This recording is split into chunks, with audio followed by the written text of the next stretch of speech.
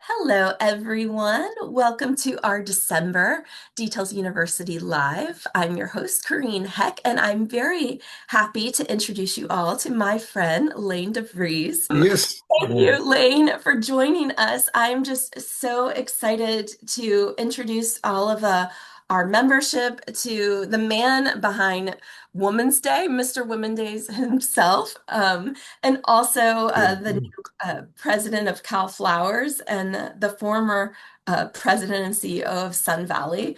You have been a part of, I think, every florist's life for the last 40 years. So I have so many questions to dig into about this, but welcome. How is your December going?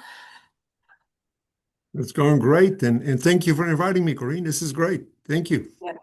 Yeah, well, I'm just so honored to have you here. I mean, you've been such an impactful person in my life. I knew when I met you. I don't know if you remember this back I think it was in 2016 and I was walking through my very first SAF convention and I had just finished this book called Flower Confidential by a woman named Amy Oh, Stewart and she Amy Stewart. highlights Yes. you in her book and I like spotted you across the room and I like ran up to you like a starstruck teenager meeting a pop star like oh my gosh, is this really you? So I mean I don't know if you remember this but I definitely remember that moment, so like this to me is like a true treasure, um that I get the opportunity to share your 40 years in the floral industry. And yeah, and just wanted to spotlight and highlight all the contributions that you've made through through your life. So thank you Well, thank you. for joining me. Do you remember that? SAF 2016. Yeah, no, I do remember that. Yes. Yeah. Uh, No, you're probably like, who is this crazy girl? that She is was like, Hawaii, wasn't it? That was in yes, Hawaii. yeah, it was. Yes.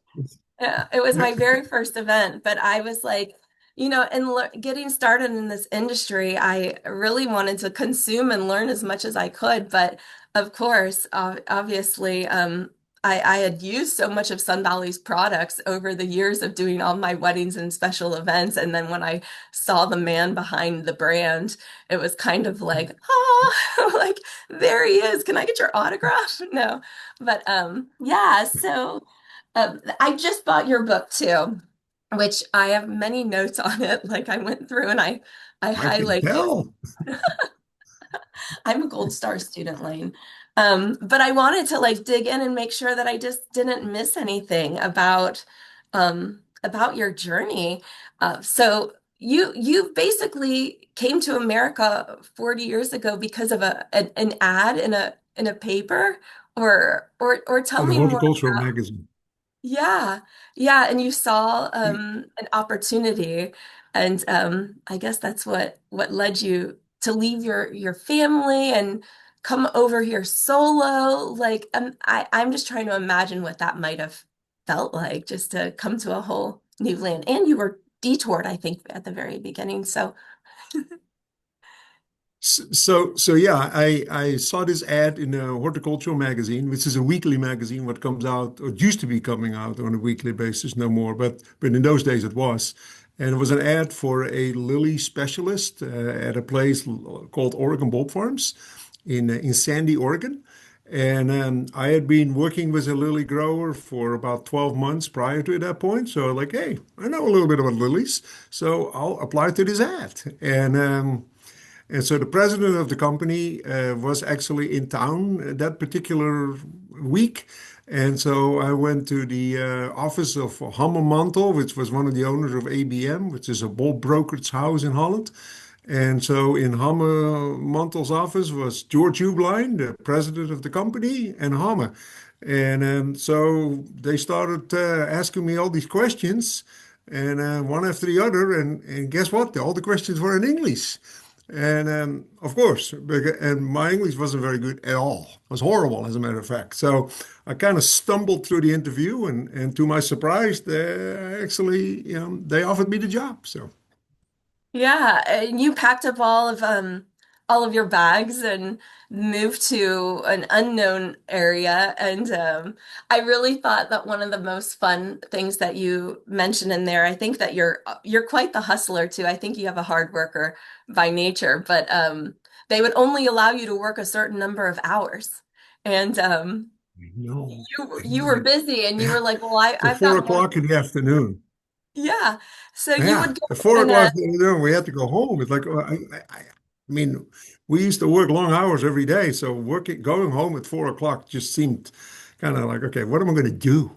So I ended up, you saw the story in the book. I ended up, going around the neighborhood in Gresham, Oregon, and I saw willow trees in people's yards. It's like, you know what?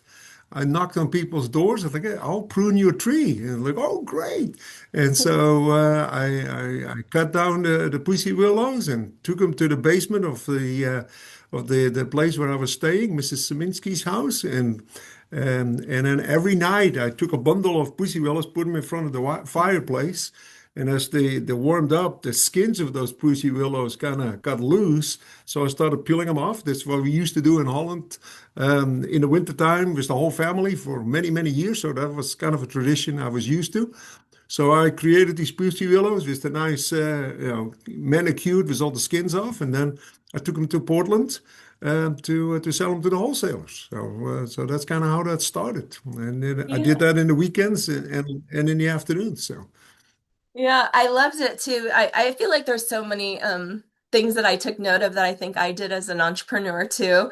You made mention of that you would pin in a map where all of your florists were so that you could know where you could go and plot where you were selling them. And for me, when I first started the business, whenever I would get a new florist that joined our software, I would put a pin in the map of where they're located, like in There the you United go. States.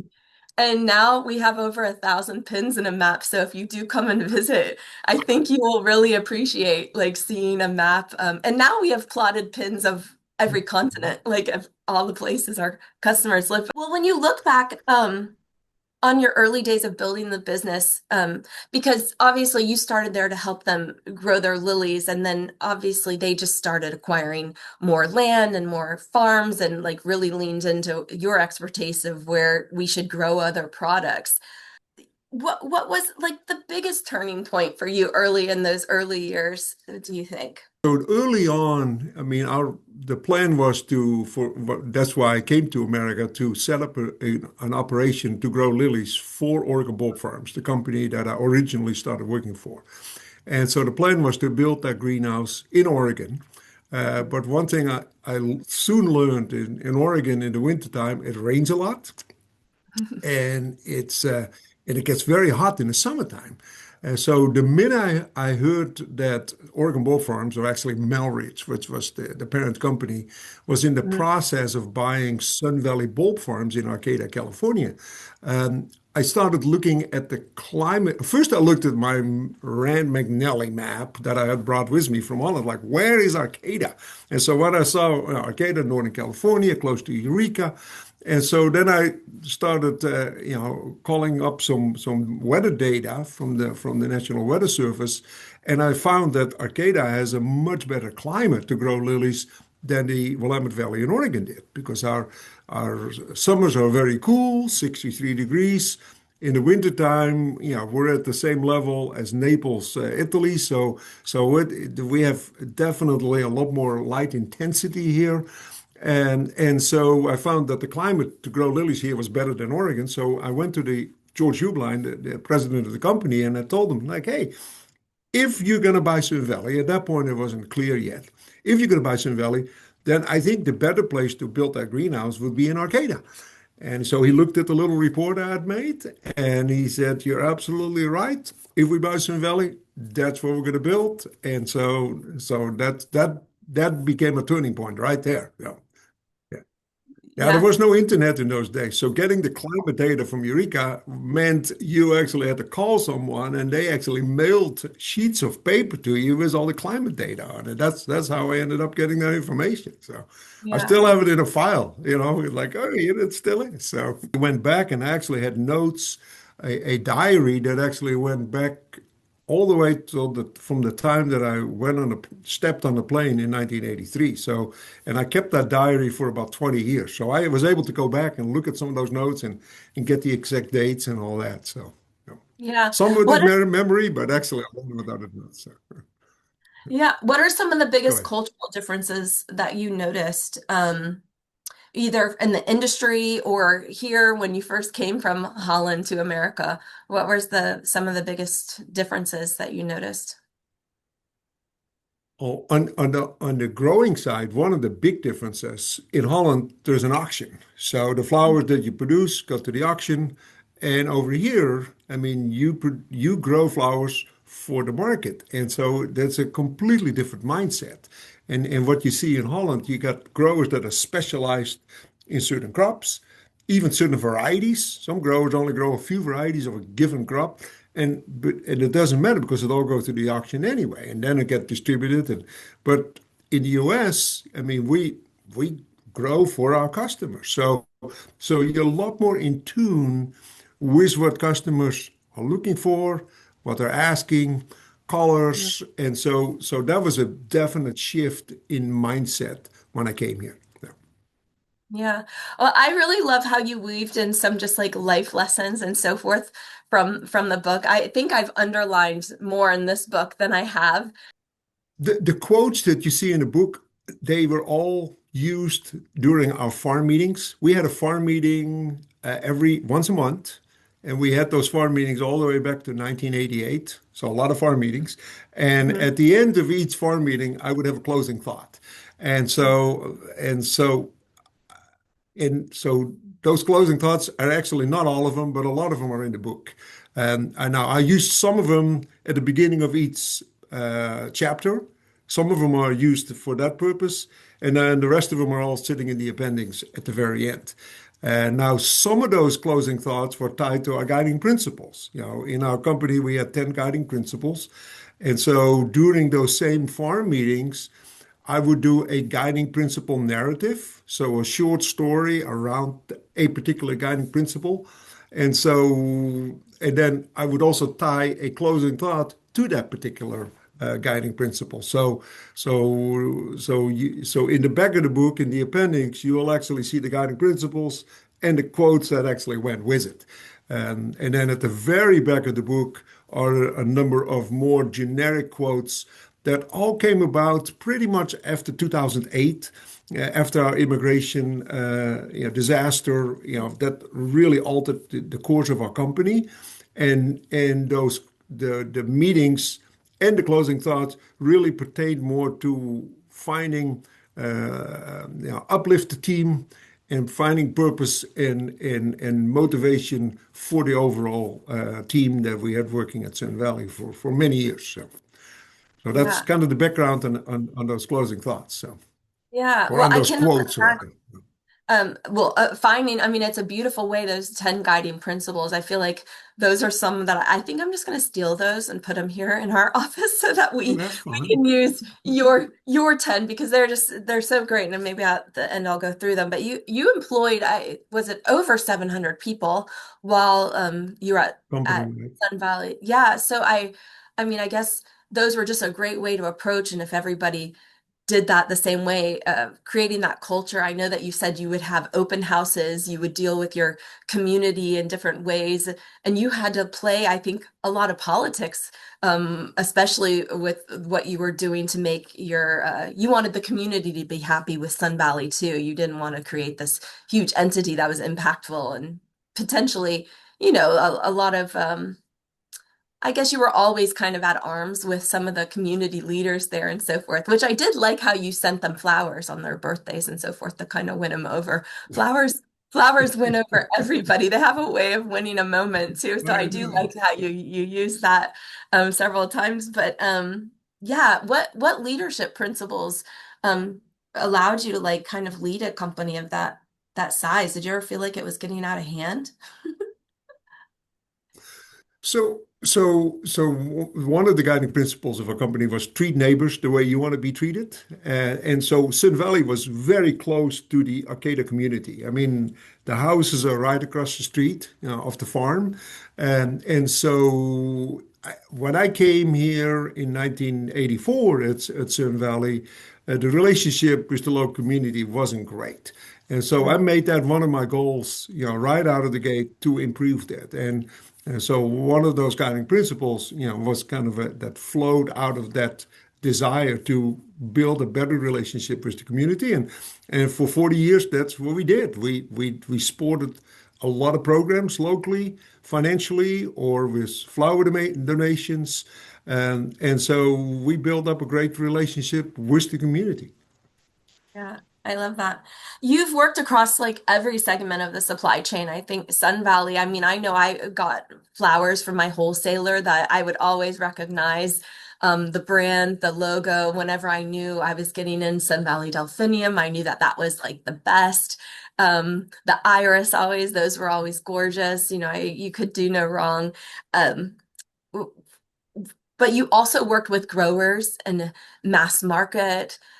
Is there anything that taught you like how to stay adaptable, or how do you like deal with all of these different people that were consuming the flowers? One thing, part of our culture, is delight and amaze customers, Mm, and that's one of our guiding principles. And so which in many cases meant saying yes rather than no. And mm, so, when people came to us, with new customers, new crop opportunities, we embraced that. And so when I started here, 40 years ago, we were mostly wholesale. We were selling mostly to wholesale customers. We did have a handful of supermarkets early on, but as time went on, the group of supermarkets started growing, and then in the late 90s, when the internet selling really came up, that's when we started working first with ProFlowers. ProFlowers came knocking on our door, one of the first ones. And we built a very good relationship with ProFlowers through the years. And within a few years, they were our largest customer. And they held that position for about 14 years, all the mm. way till I think it was 2018 or something, or somewhere around Yeah. there. So, and Yeah. then, there's a whole chapter about ProFlowers in the book, and it started out really good, and it ended out very bad, and with huge financial consequences. So, yeah. Yeah. Well, and that's something that you reference in here too, is like to keep up with their demand, you've had to grow your whole enterprise bigger. You built additional, I think, greenhouses and so forth to accommodate them or just to keep up with the demand. But then when they Yep. started having their own issues and they ended up filing for bankruptcy, I think the day after you sent them a letter asking for all their money that they owed you, it must have been like so shocking. But that I just can't even imagine that kind of experience because we all have different people that we rely on as far as these are our customers, and if you expect it and you just think, Right. oh, what would happen if they all went away or left without paying the Yep. bills? So I feel like that's just a lot of, I don't think people understand the gravity of the weight of like that kind of stress that you and your entire team must have been under during that whole Oh, yeah. experience. Yeah. Mhm. Yeah, I wrote that letter over a weekend when I felt something was happening, but Yeah, we didn't know, exactly what it was at that point. I wrote that letter and sent it out on, I believe, on a Sunday night, and then on Monday morning they had just filed for Chapter 11. So I described that in the book. The minute I heard that, I nearly fainted because that was yeah. a $3 million hit right there. So Yeah, I just I can't even imagine that. That must have felt like kind of the end, like I just don't know how you could really recover from someone owing you that much. And but you guys did carry on. It's just, I feel like the hitch just kind of kept coming. And I think that as business owners, you yep, never really know what's around the bend or how you're going to persevere through the different challenges that you're faced with. So I feel like you do um, dig into that all throughout this book. And I feel like it's a lot of looking at your own personal development and then also the pursuit of purpose. Like, what am I here for? What is the purpose of this entire right. journey? So I feel like that was Yep. all um, just so beautifully expressed and told, and you do it so well. What motivated you to write the book Pursuit of Purpose? Like what compelled you to like put your story into word? Yeah, we had some customers visit us about 3 years ago. The Jet Fresh folks, actually, Mike Black and Ryan and Casey came out and we did a tour of the farm here in Arcata and but also of the farm in Willow Creek and so after our tour to Willow Creek Farm, told them the whole Alex story. I remember Ryan telling me like, Lane, you need to write a book. There is, and so that's actually what planted the seed. But then for all those years there was so much going on. I mean, honestly didn't have the time to sit down. And then last year, when 2024, after we closed Sun Valley down, it was very painful. And so it's after that period where I felt putting my thoughts on paper and the experience of what all the things that happened, it felt like it was the right time to start doing that. And that's why I did it. I started last October 24. And by April of this year, the guts of the book was pretty much done. So it all went pretty quick. And the people have asked me, it's like, was it difficult? Did you have writer's cramp? Like, I had none of that. I mean, as a matter of fact, I mean, in the evenings or in the weekends, I turn on some classical music and I'm just typing away. I'm in the zone and I'm just all the thoughts, and all the things that happened, it flowed. I never had a moment where like, well, what am I going to write about? That never. No. So Well, that's God. That was God giving you and be like, this is why. This is the why. It's to help anybody else that is looking at that. And I that's why believe the so. words probably flowed so freely. What's one lesson that you hope that I'll take away and any reader might take away from your wisdom? I think the big lesson in all this is resilience. To just don't give up. You just keep. I mean, and you're gonna have struggles. You're gonna have hardships, but don't let those pull you out of the race. Just keep going till you get to the point where there's just nothing left. And I pretty much felt that's where I was in 2024. But yeah, for many years, it started for us in 2008. That was a turning point for our company. Up to that point, things have been going very, very well. One of the chapters is called The Golden Years, and the other one is called Spreading Our Wings. Those were great years. But 2008, is what changed the course of our company. The immigration issue that we encountered.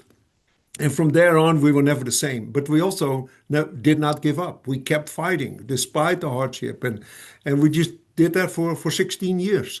And we still were able to put out nice product to the industry and help many people with jobs, with flowers, and also with purpose. And so I have not regretted keeping going for all those years even after that hardship. So I think that's ultimately the lesson I learned out of this. Hopefully, for the big takeaway is just keep going at it. Don't give up. Yeah. Be the best that you can be. That's one of our guiding principles. Actually, guiding principle number one. And there are in the later stages of the book, there's actually a number of those narratives that I used in those foreign meetings that are reflected in the book, in the short stories. And one of them is, my mom, telling me be the best that you can be, and then I use many examples. Jerry Rice as a wide receiver for the 49ers, and John Wooden, and so many examples of that principle of what drove those people and drove those that drove their success. So anyway, so I hope there are some lessons in there that people can come away with. So. Yeah. Is there a story in the book that was particularly emotional, or meaningful for you to write? The immigration issue in 2008 was very hard. That one, there was a lot of emotion. We lost 287 people in the summer of 2008. because of a paper audit by ICE, and so we had to let him go. And then in September, we received another letter that had, for the people that had been hired between November of 2007 and June of 2008. And so there were 50 more people we had to let go because of that reason. And then the first uh, Wednesday in September, I thought it was all over. We had 287 and then another 50. And then that morning, I actually went on a dental appointment. And as I went on the freeway to go to my dental appointment, I noticed the parking lot of the local hamburger joint was just full of cars, and I saw people with eyes on their back and big letters, eyes on their t-shirts, and like, well, that's odd. That can be for us because we just let all the people go, right? And so, well, I was at my dental appointment for maybe 15 minutes, and my production manager comes running in. It's like, Lane, we're having an ice raid right now. And so I just jump up, ran out. And so sure enough, 130 ICE agents had surrounded our farm. There was a helicopter flying around. There was an airplane high up in the ground circling around. And the whole place was surrounded by ICE agents. And so at the end of the day, they had a warrant for the arrest of 50 team members that had Oregon and Washington driver's licenses. And so we anyway, that was very traumatic. And at the end of the day, 16 people got detained. They were interviewed at the local Coast Guard station for about 20, 25 minutes. And then they were let go. And so the only reason that they were detained is that they wanted to get information in the company. So it was a very traumatic time. And then from there on, for another year and a half, there were federal agents showing up on managers' houses. People used to work for us, and it was a very painful, traumatic time, for our entire team. And so, that year and a half following 2008 was very, very rough. And I hope I was able to reflect that, in those two chapters. So, Yeah.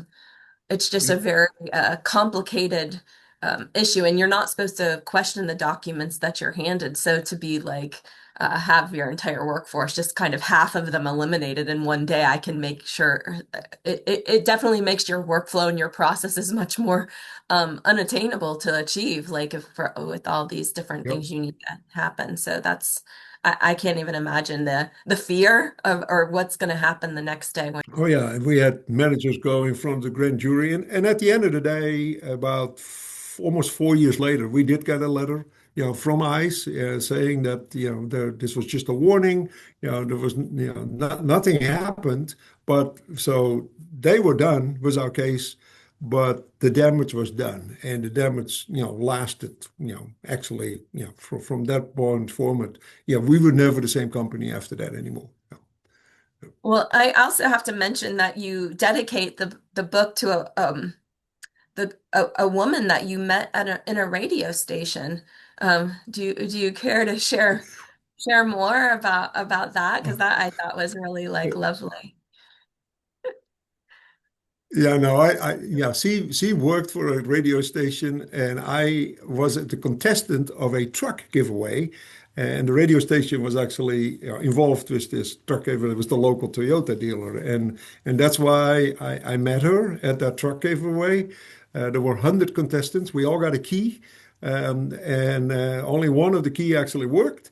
And so my key did not work. I did not end up with a truck. But I did end up with a wonderful wife that I've been married with for 40 years. So Yeah, no, and you still are driving the same truck you showed up there for. Like I believe you said like you were gonna get rid of your truck and hopefully get a new one. the truck I'm driving is it's I think it's 29 years old now. So it's Okay, still okay. it's still humming along at 496,000 miles. It's a good old F-250 pickup truck, and it's doing great. So. No, I thought that was like such a fun little nugget. So you've been nicknamed, or I guess I don't know if this is your official title, but Mr. Woman's Day. And unbeknownst to me, I didn't know that Women's Day actually was a holiday that was started about 100 years ago in New York City. And I guess Europe took it over, In and New now York it's City. like a Yes, huge holiday in Europe. And it's such a low-hanging fruit for America. We really got to get behind this again, especially since we absolutely. created this holiday. But I always wondered why you were walking around passing out these stickers. I think from the first, maybe when that first time I met you, you just put a sticker on me. I was like, okay, Oh, sure. oh, I'm sure. Oh, yeah, 2016. I was definitely handing them out already then. Yes. So, and this started, I think, in 2011. Debbie Hartman, who ran our greens department. So it was actually March 8th, 2011. And she came to, or 2010, one of the two. And she came to me. It's like, so Lane, today is Women's Day. And wouldn't it be great if that would be a holiday in America? I was like, you know what? That's a great idea.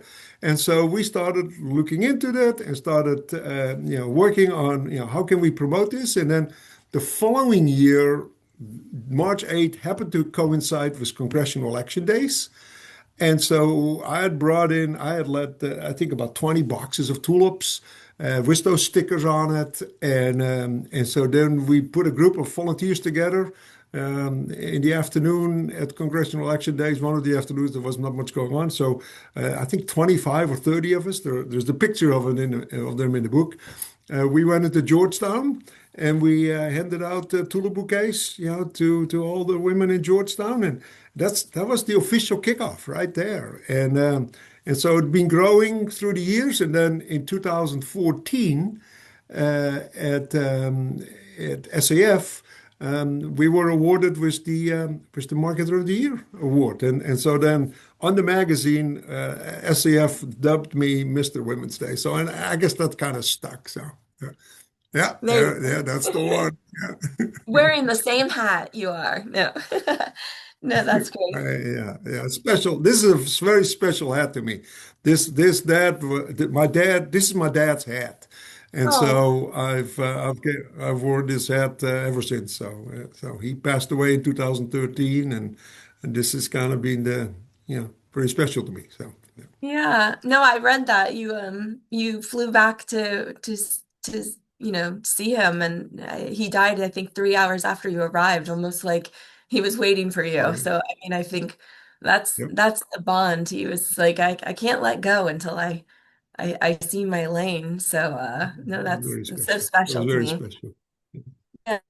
Yeah. What changes have you seen like in consumer behavior like over the last decade of um of flower consumption? Like have you seen like big changes? I guess you kind of see it on a grand scale because you know what was still sitting in your, leftover or not being consumed or Yeah, we are seeing week to week increases in floral consumption, but there's still an inordinate focus on Valentine's Day and Mother's Day. And I think that is one of the opportunities as an industry. We have to really focus on more points in between yeah. rather than that's too all. There's still a lot of people who only buy flowers for Valentine's Day and Mother's Day. And I think by creating those micro holidays through the year, and that's just one of the reasons why I was a big proponent on pushing Women's Day, to create and Women's Day obviously it has got some traction now, but it can still get better, but we're well on our way. But I think those type of initiatives in the future to find more of those type of holidays throughout the year, I think will just help consumer behavior, that much more going forward. Yeah, and you've been a big well, obviously now you're the new CalFlowers president. So this was a new role that you've assumed, and I know Yep, CalFlowers has been a very big advocate of that flower feeling, which is the national marketing campaign to try to get people to consume more flowers more often, which I'm happily just was added to the board recently, so I'm really happy to champion that right. initiative. But what excites you most about this new role because I guess you probably never saw yourself stepping aside from Sun Valley until, everything that kind of happened um, Till this happened. So opportunity now came kind about, came. yeah. Absolutely. So, So yeah, um, no, I think with CalFlowers we have a great opportunity. We are still by far the largest sponsor of that flower feeling. We have a commitment of 300,000 for this coming year and 200,000 for the year after, provided the industry steps up and does the matching that we have laid out. But we're also big sponsors of Live in Bloom with Jay Schwenke, who's, most stations in the United States, carry his program. yeah. We're sponsors of Memorial Day Flowers. We help AFE, AIFD, SAF, WUFSA. I mean, almost any and many state organizations, floral state organizations across the country. So we're a big supporter to help the industry at large. And I'm just thrilled to be part of CalFlowers and play a role in that. And I'm just really excited about it. We're going to have a strategic planning session with our entire board in January, and I can't wait, about all the great things we're going to be talking about and laying out for the future. Yeah, well, we love CalFlowers, and in fact, it's given us a really great rate on our FedEx. So, it's got a great discount just by being a member of this. You're able to ship products very inexpensively, and we honestly, it's tremendous. Can you kind of go into some of the other membership benefits of why members might want to join CalFlowers, especially any of the florists that are watching this that are unfamiliar with that organization, although we do advocate for it all the time. But please um, tell us more. Well, everybody knows CalFlowers and FedEx and the FedEx benefit, the 78% discount, that we provide to our members, on FedEx. But it's not just FedEx. We also have discounts with other transportations, with GLS in California. We Hmm. are in the process of getting a discount on Southwest Airlines. It's not completely official yet, but it's about to happen. Hopefully in the next few weeks. So that's just on the transportation side only. Yeah, but we also have discounts with Constant Contact, printing services, FedEx Office, and a servicing company as well. So it's not just transportation. CalFlowers does so much more than just transportation, and so we had a member showcase, benefit showcase a few weeks ago, where people actually, we had representatives from all these different companies that actually were you were able to ask them questions, and we're going to have multiple of those showcases in the coming year as well. And so we had a number of members attend that, and I think in the future we'll see more and more members recognizing that we do much more than just FedEx. And so we're here to help our members any way we can.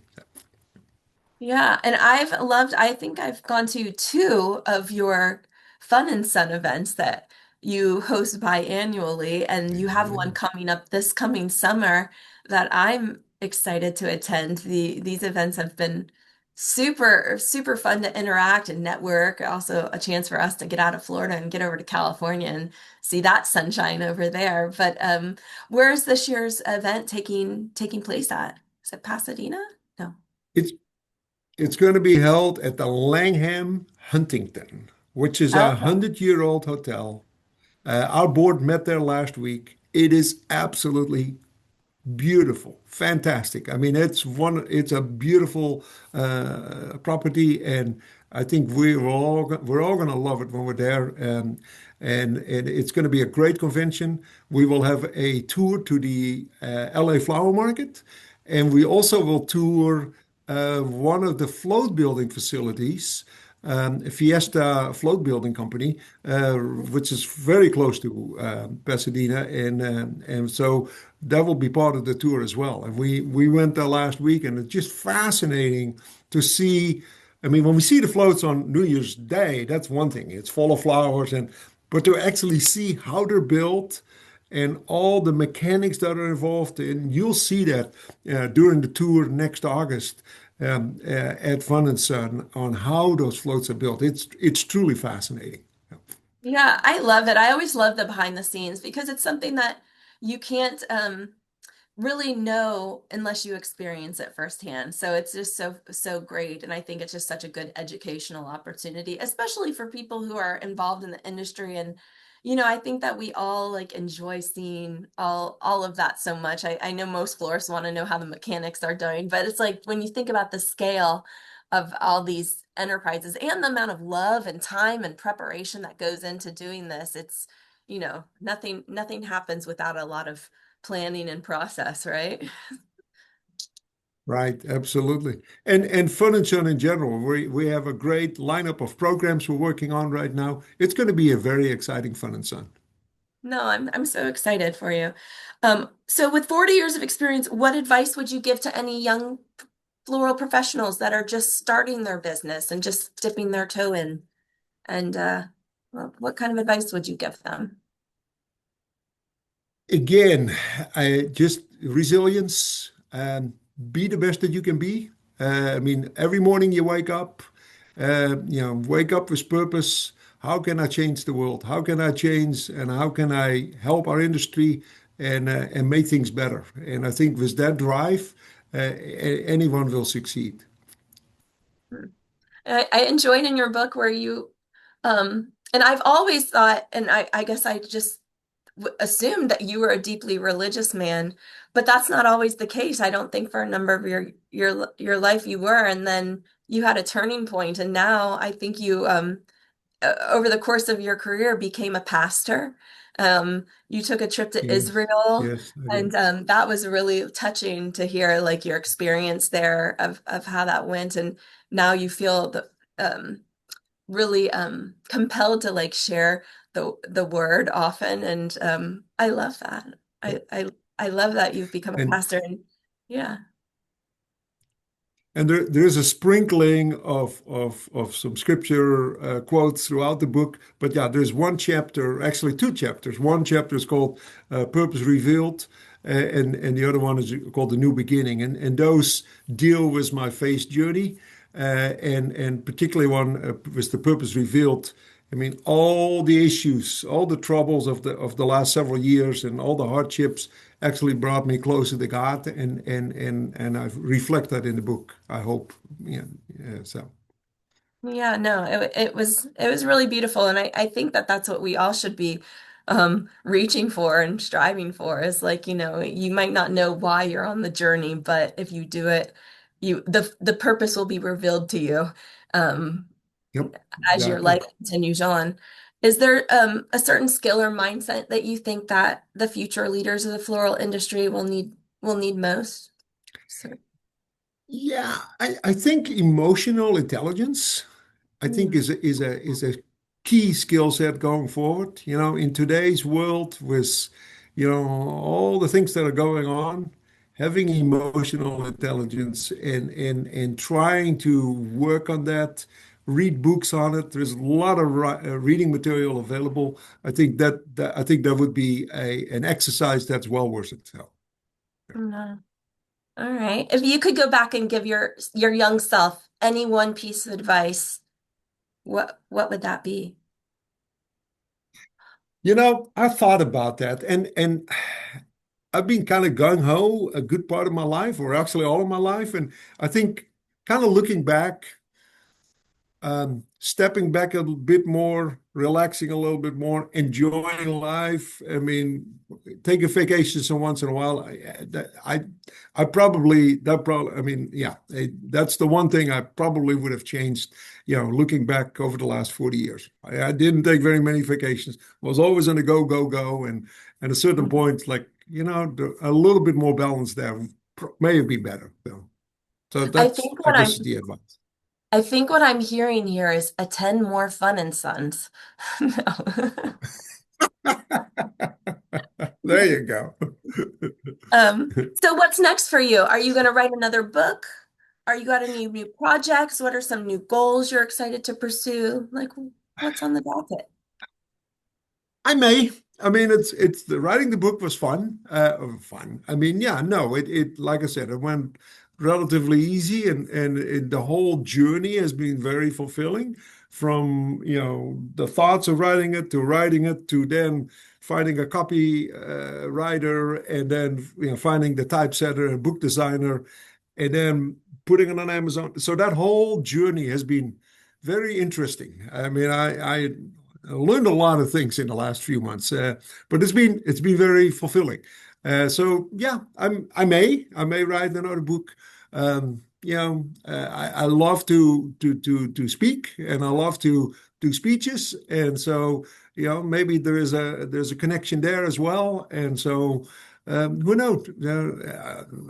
We'll see what God brings us. At this point, I'm wide open. So. Well, Lane, you have reached the rapid fire portion of the interview. Have you heard of our Oh my rapid fire golly. questions? No.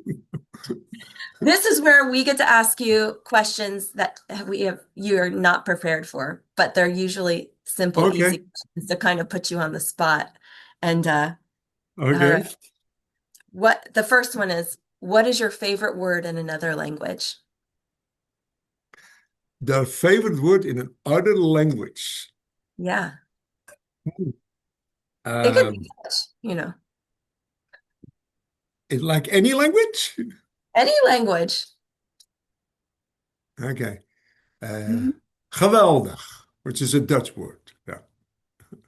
I'm gonna need you to spell that. I'm just kidding. Geweldig. So it's like fantastic. Great. Oh, Yeah. okay. Oh, I love that. What is your drink of choice? Water. That's I a good I one. once I went through my cancer journey, I stopped drinking altogether, and I don't drink coffee anymore either. I basically drink water, and No, well, that's that's all I drink. awesome. What is your favorite flower? He I sits love back. tulips. Tulips. Yeah, I love tulips too. Yeah. Yep. Was that your Yeah, first love? Because your family, you grew those. I mean, yeah. exactly. I mean, 4 generations. So I mean, I've been in tulips my whole life, and so yeah, I somehow resonate with that more than anything else. Number two would be ilex. Oh, really? And bears like to Yeah. eat ilex. Yes, they do. Yes, they do. I know. I'm well aware of that. Oh Sometimes they yeah. go right into the field and they eat yeah, exactly. Yes. Who knew? What's one item that you can't leave home without? Huh. Your hat. Yeah, no. My glasses, I guess. I can't Oh, leave home without my glasses. I won't see anything. So I feel you there. So summer, winter, spring, or fall, what's your favorite season? spring, the leaves are starting to come on the trees. Yeah, no, that's my favorite time of the year. So Are you a morning or an evening person? I think I'm a morning person. Are you more of a thinker or a doer? I like to think things through first before we do them. What fun I mean, one place I have not been at is like Eastern, like Hungary, some of those beautiful cities over there. That is one place I still want to visit at some point. Do a river cruise and, Hmm. go to Budapest and all those type of cities. I mean, I would love to check that out. One of these days. Yeah. If you were going to sing karaoke, what is your go-to karaoke song? Oh, Elvis, Love Me Tender. I would love. What's a song that always puts you in a good mood? I love classical music, and It seems like anytime I play Handel, it just Mm. puts me in a good mood, good mood. Handel is just one of those uplifting composers. There's very few songs of Handel that I don't like. So What's the most unusual flower you've ever seen? I love Gloriosa. I think Gloriosas are unusual and very cool looking. So there's just something special about that flower. So. Well, thank you, Lane. I've really enjoyed this. There's only one question that I didn't get to ask you that is on my list. Tell me about Martha Stewart visiting and you driving her around in your car, in your in your cart, you and Martha. Martha Stewart came out, I think it was in the late 90s, and she wanted to see, the farms, the tulip program, and so yeah, she came out here and we picked her up from the airport and drove her to the farm, and yeah, we had a great time. Yeah, for she was here for several hours, and it was a very cool visit. Yeah. Yeah. Well, I've really enjoyed this. Thank you so much for spending this last hour with me, getting to know you more. Everybody, you need to check out his book, The Pursuit of Purpose.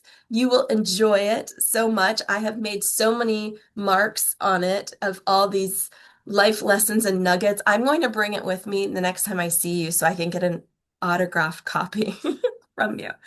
Get it Um, signed, no problem. Yes. yeah. I love it. Thank you guys for tuning in. And Lane, thank you so much. Give our love to Catherine. And we wish you a happy holiday. All right. Same to you.